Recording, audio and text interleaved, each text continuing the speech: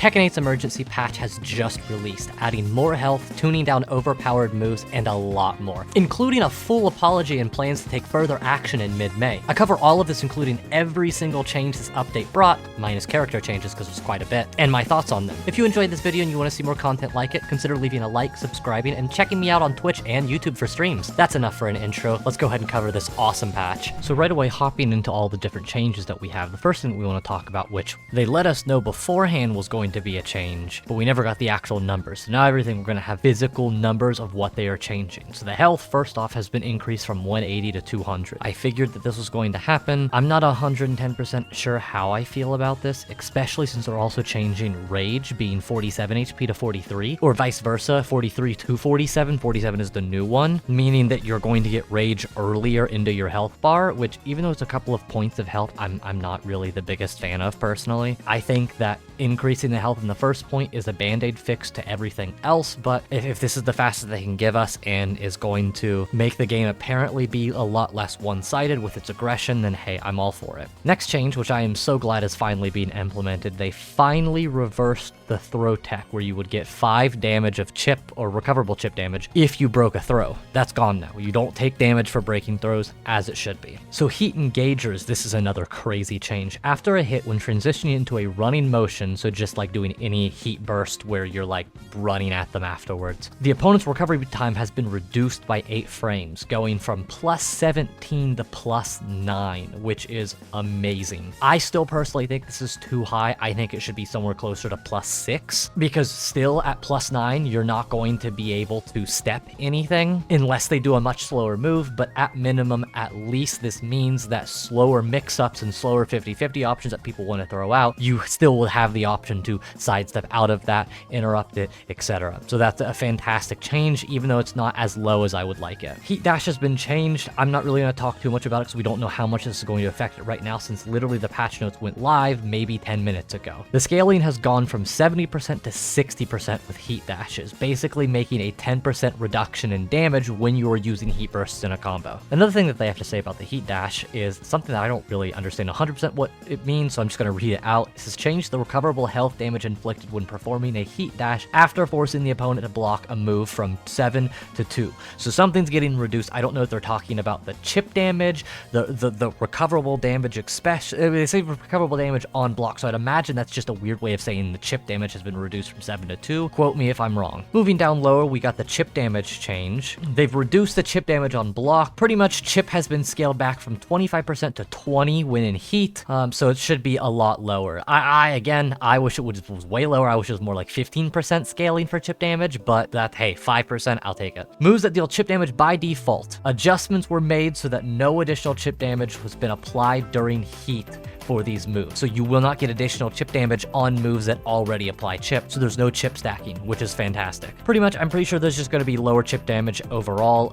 Some of the patch notes are, like I said, confusing and don't really make much sense, so just take it with 25% scaling with chip damage has been now reduced to 20%, so just a 5% reduction across the board. Just think about it that way. A key charge change, which I'm not going to talk about too much because I think this makes no sense. They pretty much just changed it from 150% damage to 110% damage. I think if they were reverting changes in the first place, just give us the original key charge back. You get Huaring players that would get their OG original key charge setups, and then you would also still allow people who want to practice counter hit moves but not only have counter hit on, have to take the 15-20 seconds to go and turn on counter hit when you could just press a button or a key to key charge. I don't know why we're still, headstronging this key charge change. I think it's stupid, but I don't really think it's that big of a deal because nobody's using it in the first place. It's just making it more useless in my opinion. So next craziest change that we have, and probably the biggest change, moves that induce wall stagger. It's been removed. Any move that does plus 10 or more for wall stagger has now removed the ability to wall stagger. There are now no more moves that will wall stagger you against the wall if it will put you in a plus 10 situation or more if you are the person doing the wall stagger. So a lot of characters have had this removed. They haven't, they did list all of it, but I'm not going to go through and list every single one of them, but just know that if you have a character that wall staggers, it's not going to wall stagger anymore. It doesn't exist. I don't know if there's going to be moves that are now like only +9 on a wall stagger or what, or if they've just completely removed it. What it seems like right now is that they've completely removed it, because they've stated only the moves that are +10 or more have been removed, but I don't know of a move that has the ability to wall stagger that doesn't put you at +10 or more. So to my knowledge, all of that has been changed. For the rest of the changes, I want to go into the game and show you guys the impacts that these changes have, but I wanted to briefly go over that in the Tekken patch notes, which will be linked down in the description below, so feel free to click on those and go look at those down below. We got a lot of character changes, and this is just one page. We still have a second page filled with a whole page of changes again. So as you can see, Jack 8's got his Make Some Noise nerfed. Anna's gotten a lot of her chip damage with her rocket launcher moves and stuff removed or significantly lessened, which is great to see. Brian has moves like his full crouch hatchet kick now has been made -13 instead of -12, which doesn't make any sense to me because, again, that move should be launch punishable by like, it should be -14 minimum. But the fact that only Kazuya and Eddie now can launch it is like, that doesn't really make much sense. It hasn't really gotten rid of its like oppressiveness because, again, I don't think that that's anything too crazy personally. But yeah, if you guys want to look at all those patch notes character-wise, go ahead to the link down below. I'll have it listed, but let's go ahead and hop into the game right now so you can see physically with your eyes what these changes mean. So to wrap up this video, I didn't want to take a lot of time showing you guys in-game the changes because it's not like too much and you guys definitely should get into the game itself and try them out yourself, but I want to be able to show you visibly some of the changes that they've made. First things first, my favorite change of everything is the fact that there's none of this anymore, no wall staggers. So now you will be +9 when you're eating this move, and you won't be anymore. You're no more +20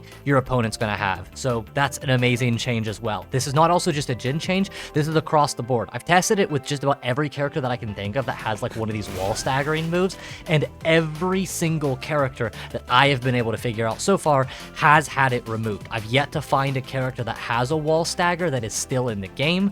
There might be a character that has a specific game plan or idea around wall splatting, but like I said before earlier in the video, their idea is if it was more than +10 or equal to +10, it was removed completely. Next, fantastic example of a change that I was talking about before. Finally, you're not taking chip damage on breaking grabs. It was so stupid that this was a thing in the first place, and I am so unbelievably glad that I will not be taking, even though it's just 5 recoverable damage, I should not be taking any amount of damage. So not taking damage breaking grabs, that's a win in my book. Another thing that I talked about that's absolutely an amazing change that I am so glad that they made is heat engagers now are +9 on hit. No more +17 heat engagers. This is huge. This is going to make so much of a difference in game, I can already tell. The difference between -9 and -17 might not seem like a bunch to some people, but like I mentioned earlier in this video, it's enough to be able to mean that like slower mix-ups like Hell Sweep and forward 3 for Kazuya, for instance. Keep in mind though, only if your opponent delays it. If they do it as quick as possible, it'll still come out. So like I said earlier, it's not how I would like it. I would prefer it to be more like +5, +6, but +9 at least is in a good direction, so. And finally, for the last change that I have to show you guys,